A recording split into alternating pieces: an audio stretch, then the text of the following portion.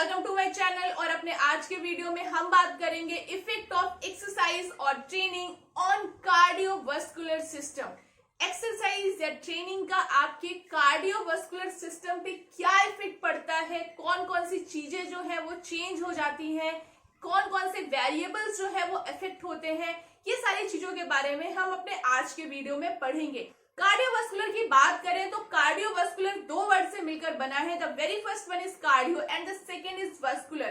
Cardio का मतलब होता है heart and vascular is for vessels, यानी हमारी एक्सरसाइज का, हमारी ट्रेनिंग का जो हमारे हार्ट पे और वेसल्स पे जो भी फर्क पड़ता है, जो भी इफेक्ट पड़ता है, that is the effect of exercise or training on the cardiovascular system। Cardiovascular system पे जो इफेक्ट पड़ता है वो बेसिकली इंड्योरेंस वाली एक्सरसाइज से पड़ता है, एरोबिक एक्सरसाइज से पड़ता है। अगर हम टेस्ट के बारे में बात करें तो हमने जितने भी टेस्ट पढ़े हैं वहां पर हम इंड्योरेंस को एसेस करने के लिए या फिर किसी का इंड्योरेंस मेजर करने के लिए हमेशा हम जो नेचर ऑफ एक्टिविटीज कराते हैं वहां पे कार्डियोवास्कुलर एफिशिएंसी को ही एसेस करते हैं। सपोज हार्वर्ड स्टेप टेस्ट जो है वहां भी हम कार्डियोवास्कुलर एफिशिएंसी को टेस्ट करते हैं। कूपर जो 12 मिनट रन एंड वॉक है वहां भी कार्डियोवास्कुलर एफिशिएंसी को ही चेक करते हैं। यानी ये सारी जगह जहां पर हम इंड्योरेंस रिलेटेड एक्सरसाइज की बात करते हैं वहां पर आती है आपकी कार्डियोवास्कुलर एफिशिएंसी। कार्डियोवास्कुलर सिस्टम पे क्या इफेक्ट पड़ रहा है इसको पता लगाने के लिए हम कुछ फिजियोलॉजिकल वेरिएबल्स का यूज करते हैं। जो फिजियोलॉजिकल वेरिएबल्स है उनमें जो चेंजेस होते हैं उनसे ही हमें पता चलता है कि आपकी बॉडी पे या फिर आपके कार्डियोवास्कुलर सिस्टम पे क्या इफेक्ट पड़ रहा है। तो उसके लिए आज हम सिर्फ 4 वेरिएबल्स के बारे में बात करेंगे जो कि इंपॉर्टेंट है, एग्जाम में भी पूछे जाते हैं। और इन्हीं 4 फिजियोलॉजिकल वेरिएबल्स पे जो इफेक्ट पड़ता है उसकी बेसिस पे हम बताते हैं कि जो हार्ट है उसके फंक्शन, उसके स्ट्रक्चर में क्या चेंजेस आए हो सकते हैं। तो सबसे पहला है ब्लड प्रेशर। ब्लड प्रेशर की बात करें तो ब्लड प्रेशर, ब्लड और प्रेशर का मतलब ब्लड का प्रेशर। जो भी ब्लड फ्लो करता है वो ब्लड वेसल्स की वॉल पर एक प्रेशर एक्सर्ट करता है and that is called as blood pressure. Blood pressure जो है वो यूजुअली इस तरह लिखा होता है 120 on 80 mmHg। यहाँ पे 2 तरह के प्रेशर लिखे होते हैं। तो ये 2 तरह के जो प्रेशर है वो क्या है, इनमें से एक होता है डायस्टोलिक और एक होता है सिस्टोलिक।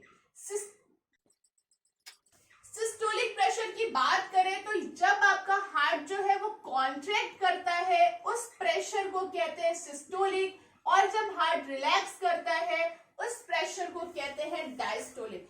मतलब जब हमारा हार्ट जो है वो कॉन्ट्रैक्ट करता है, लेफ्ट वेंट्रिकल से जो ब्लड है पूरी बॉडी में जाता है, उस प्रेशर को हम कहते हैं सिस्टोलिक प्रेशर, जो कि 110 से 130 के बीच में होता है। जब हमारा हार्ट जो है वो पंप हो जाता है और उसके बाद जब हमारा हार्ट रिलैक्स होने लगता है वो जो प्रेशर होता है उसको कहते हैं diastolic, which is between 70 to 90। या फिर ये भी कह सकते हैं कि एक हार्ट बीट से दूसरी हार्ट बीट के बीच का जो प्रेशर होता है that is called as diastolic pressure. फिर हम हार्ट रेट की बात करें तो हार्ट रेट मतलब हृदय दर। आपका हार्ट जो है वो 1 मिनट में जितनी भी बार बीट करता है that is called heart rate. जो नॉर्मल हार्ट रेट है उसे बोलते हैं 72 बीट्स पर मिनट। यानी आपका जो हार्ट है वो 1 मिनट में 72 बार जो है वो कॉन्ट्रैक्ट और रिलैक्स होता है। एक बार के कॉन्ट्रैक्शन और रिलैक्सेशन को हम 1 बीट कहते हैं। फिर बात करें स्ट्रोक वॉल्यूम की, तो स्ट्रोक वॉल्यूम मतलब एक स्ट्रोक में जितना भी वॉल्यूम जो है वो हार्ट से निकलता है ब्लड का, that is called stroke volume. जब हमारा हार्ट जो है वो कॉन्ट्रैक्ट होता है तो उससे जो ब्लड निकलता है उस वॉल्यूम को ही हम स्ट्रोक वॉल्यूम कहते हैं। जो नॉर्मल स्ट्रोक वॉल्यूम है दैट इज 70 to 80 ml पर बीट। यानी एक बीट में जो हार्ट है वो 70 to 80 ml ब्लड जो है वो पंप कर देता है। Then the last one is cardiac output, जिसको हम CO लिखते हैं। कार्डियक आउटपुट का मतलब आपका जो हार्ट है वो 1 मिनट में जितना ब्लड पंप करता है that is called as cardiac output. Cardiac output निकालने का जो फॉर्मूला होता है that is heart rate into stroke volume.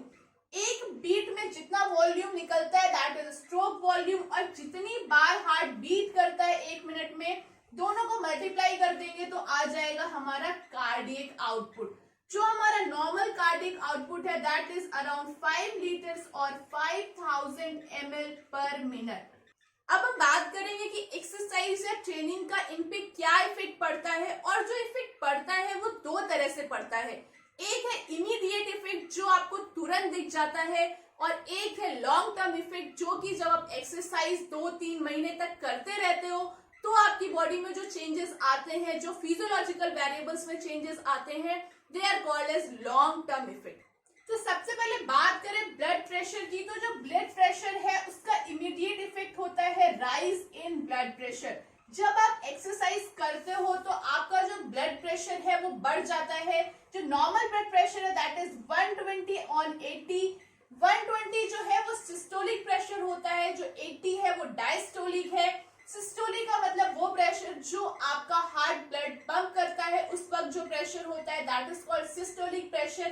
तो जो चेंज आता है वो आता है आपके सिस्टोलिक प्रेशर में। डायस्टोलिक प्रेशर में कोई खास चेंज नहीं आता है, ये 120 से बढ़कर 200 तक पहुंच जाता है। फिर बात करें हार्ट रेट की, जो आपकी नॉर्मल हार्ट रेट होता है वो 72 होता है, और एक्सरसाइज के दौरान जो है वो आपका हार्ट रेट बढ़ के 140 से 180 तक जाता है। मतलब जो आपका हार्ट रेट है उसका भी इमीडिएट इफेक्ट जो है वो राइज इन हार्ट रेट होता है।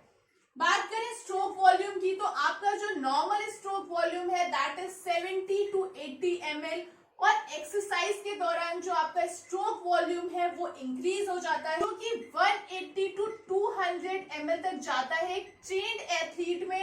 एक अनट्रेन्ड पर्सन का जो है वो 130 से 150 ml तक ही जाता है। फिर बात करें कार्डियक आउटपुट की, जो कार्डियक आउटपुट है वो नॉर्मली 5000 ml पर मिनट होता है, और ड्यूरिंग एक्सरसाइज जो है ये 20,000 से लेके 25,000 ml पर मिनट तक पहुंच जाता है। और जो इलाइट एथलीट्स होते हैं, जैसे जो ओलंपिक में एथलीट्स है, उनका जो कार्डियक आउटपुट है वो 35 से 40 लीटर तक हो जाता है। फिर बात करें लॉन्ग टर्म इफेक्ट की, तो जब कोई एक लंबे समय तक कोई एक्सरसाइज कर रहा है, ट्रेनिंग ले रहा है, तो उसके हार्ट में क्या क्या चेंजेस आ जाते हैं। तो सबसे पहले बात करें ब्लड प्रेशर की, तो जो आपका रेस्टिंग बीपी है वो भी नॉर्मल पर्सन से, अनट्रेन्ड पर्सन से जो है वो कम हो जाता है। एग्जाम्पल की बात करें तो अगर एक अनट्रेन्ड पर्सन और एक ट्रेन्ड पर्सन है हमारे पास, तो दोनों का अगर हमने रेस्टिंग फेज पे उनका बीपी लिया, तो एक अनट्रेन्ड पर्सन का जो बीपी है दैट वाज 139/78, और एक ट्रेन्ड पर्सन का जो रेस्टिंग फेज का बीपी है दैट इज 133/73। मतलब जो ब्लड प्रेशर है वो एक ट्रेन्ड एथलीट का वो कम हो जाता है रेस्टिंग फेज पे।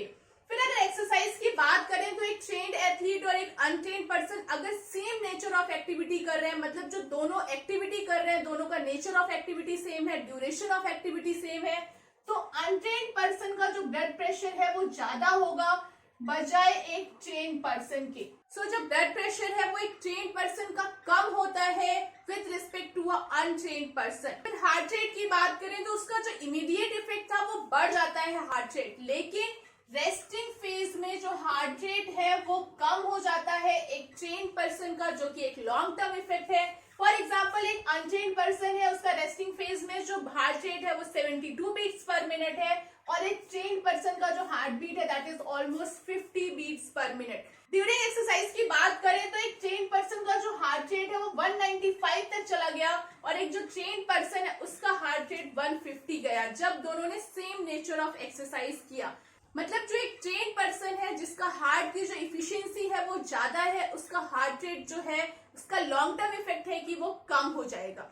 फिर बात करें स्ट्रोक वॉल्यूम की, जो स्ट्रोक वॉल्यूम है ये बढ़ जाता है एक ट्रेन्ड पर्सन का, यानी लॉन्ग टर्म इफेक्ट है। जब कोई एक लंबे समय तक एक्सरसाइज करता है तो उसका स्ट्रोक वॉल्यूम जो है वो बढ़ जाता है। एग्जाम्पल देखें तो रेस्ट पे जो एक नॉर्मल पर्सन है, जो एक अनट्रेन्ड पर्सन है, उसका स्ट्रोक वॉल्यूम है 70 ml पर बीट, और जो एक ट्रेन्ड पर्सन है उसका स्ट्रोक वॉल्यूम जो रेस्टिंग फेज पे दैट इज 100 ml।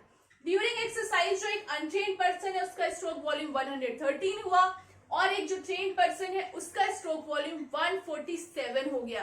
यानी जो स्ट्रोक वॉल्यूम है वो एक ट्रेन्ड पर्सन का एक अनट्रेन्ड पर्सन से ज्यादा होता है। फिर बात करें कार्डियक आउटपुट की, तो कार्डियक आउटपुट आउटपुट में कोई भी चेंज नहीं आता है। कार्डियक आउटपुट का मतलब होता है जो भी हमारी बॉडी को रिक्वायरमेंट होती है, जो डिमांड होती है, उसके अकॉर्डिंग हमारा हार्ट जो है वो ब्लड पंप करता है।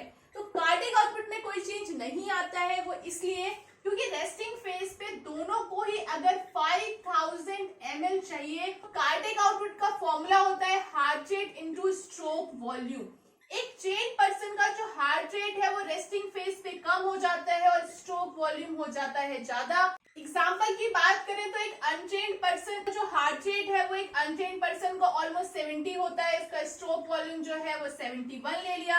अगर हम ट्रेन पर्सन की बात करें तो उसका हार्ट रेट जो है वो 50 होता है, उसका स्ट्रोक वॉल्यूम जो है दैट इज ऑलमोस्ट 100। और अगर हम एक अनट्रेन्ड पर्सन का कार्डियक आउटपुट निकालेंगे 70 into 71 तो वो भी ऑलमोस्ट 5000 ml ही आएगा। और अगर हम एक ट्रेन पर्सन का कार्डियक आउटपुट निकालेंगे तो वो भी ऑलमोस्ट 5000 ml ही आएगा। यानी जो कार्डियक आउटपुट है उसमें कोई चेंज नहीं आता है। कार्डियक आउटपुट एक ट्रेन पर्सन का और एक अनट्रेन्ड पर्सन का सेम होता है, बट चेंज जो होता है वो होता है स्ट्रोक वॉल्यूम और हार्ट रेट में, जिसकी वजह से वो कांस्टेंट रहता है। फिर बात करें ड्यूरिंग एक्सरसाइज, तो ड्यूरिंग एक्सरसाइज जो उनका कार्डियक आउटपुट है दैट इज अराउंड 22,000 ml पर मिनट। और ये भी इसीलिए पॉसिबल है क्योंकि उनका जो हार्ट रेट है ट्रेन पर्सन का वो कम होता है, स्ट्रोक वॉल्यूम ज्यादा होता है, और एक अनट्रेन्ड पर्सन का जो हार्ट रेट है वो ज्यादा होता है और स्ट्रोक वॉल्यूम कम होता है। इसलिए अगर वो दोनों सेम नेचर की एक्सरसाइज कर रहे हैं तो उनका कार्डियक आउटपुट भी जो है वो ऑलमोस्ट सेम होगा। बट यहाँ पर एक एक्सेप्शन ये भी है कि जो एक ट्रेन पर्सन है वो अपना मैक्सिमम ब्लड प्रेशर जो है वो एक अनट्रेन पर्सन से ज्यादा कर सकता है। उसका हार्ट रेट जो है वो मैक्सिमम हार्ट रेट जो है वो भी एक अनट्रेन पर्सन से ज्यादा होता है। उसका जो मैक्सिमम स्ट्रोक वॉल्यूम है वो भी ज्यादा होता है। इसलिए एक ओलंपिक लेवल का जो एथलीट है उसका कार्डियक आउटपुट जो है वो 35,000 से 40,000 जा सकता है अगर वो एक हाई इंटेंसिटी के एक्सरसाइज करता है। तो इन सारे फिजियोलॉजिकल वेरिएबल में चेंज आने की वजह से आपके हार्ट में जो है वो क्या इफेक्ट पड़ता है बेसिकली, तो दैट इज जो आपका हार्ट साइज है वो बढ़ जाता है। हार्ट साइज बढ़ जाने का मतलब जो आपका हार्ट है वो ज्यादा ब्लड पंप कर रहा है, उसका स्ट्रोक वॉल्यूम बढ़ गया है, तो आपका जो लेफ्ट वेंट्रिकल है उसका साइज बढ़ जाता है। हार्ट की जो मसल्स है वो थिक हो जाती है, स्ट्रॉन्ग हो जाती है, और इसको हम कार्डियक हाइपरट्रॉफी के नाम से जानते हैं। फिर जो आपका रिकवरी रेट है वो कम हो जाता है। एक ट्रेन पर्सन जो है वो जल्दी रिकवर कर लेता है कंपेयर टू एक अनट्रेन्ड पर्सन। जो आपका ऑक्सीजन अपटेक है वो भी बढ़ जाता है। ऑक्सीजन अपटेक का मतलब जो हमारी मसल्स जो है ब्लड से ऑक्सीजन लेती हैं वो बढ़ जाता है। नॉर्मली जो हमारा बॉडी टिश्यू है वो 25% तक ऑक्सीजन ही लेता है, बट एक ट्रेन पर्सन की जो बॉडी है वो उसका डबल या 3 टाइम्स तक ऑक्सीजन ब्लड से एब्जॉर्ब कर लेती है। सो आज के लिए इतना ही। आई होप आपको समझ में आया होगा कि क्या क्या इफेक्ट्स जो है वो कार्डियोवास्कुलर सिस्टम पे पड़ते हैं एक एक्सरसाइज के दौरान। एक अनट्रेन्ड पर्सन और एक ट्रेन पर्सन के हार्ट के फंक्शनिंग में क्या डिफरेंस होता है। नेट के पॉइंट ऑफ व्यू से देखें तो एक क्वेश्चन एग्जाम में कई बार पूछे जाते हैं कि स्ट्रोक वॉल्यूम क्या होता है, हार्ट रेट क्या होता है, कार्डियक आउटपुट क्या होता है, किसका इफेक्ट किस पे पड़ता है। क्योंकि नेट में कई सारे जो क्वेश्चंस हैं वो मल्टी ऑप्शंस होते हैं, वहां पर एक से ज्यादा ऑप्शन सही होते हैं। ऐसे क्वेश्चन के लिए आपका जो कॉन्सेप्ट है that should be very clear. आपको पता होनी चाहिए कि कौन सी चीज जो है वो सही है और कौन सी चीज सही नहीं है। अपने अगले वीडियो में हम बात करेंगे एथलेटिक हार्ट के बारे में और रेस्पिरेटरी सिस्टम पे क्या क्या इफेक्ट्स पड़ते हैं आपके एक्सरसाइज के। For regular updates you can follow me on Facebook and Instagram. Till that, keep watching to my channel and don't forget to subscribe to this channel.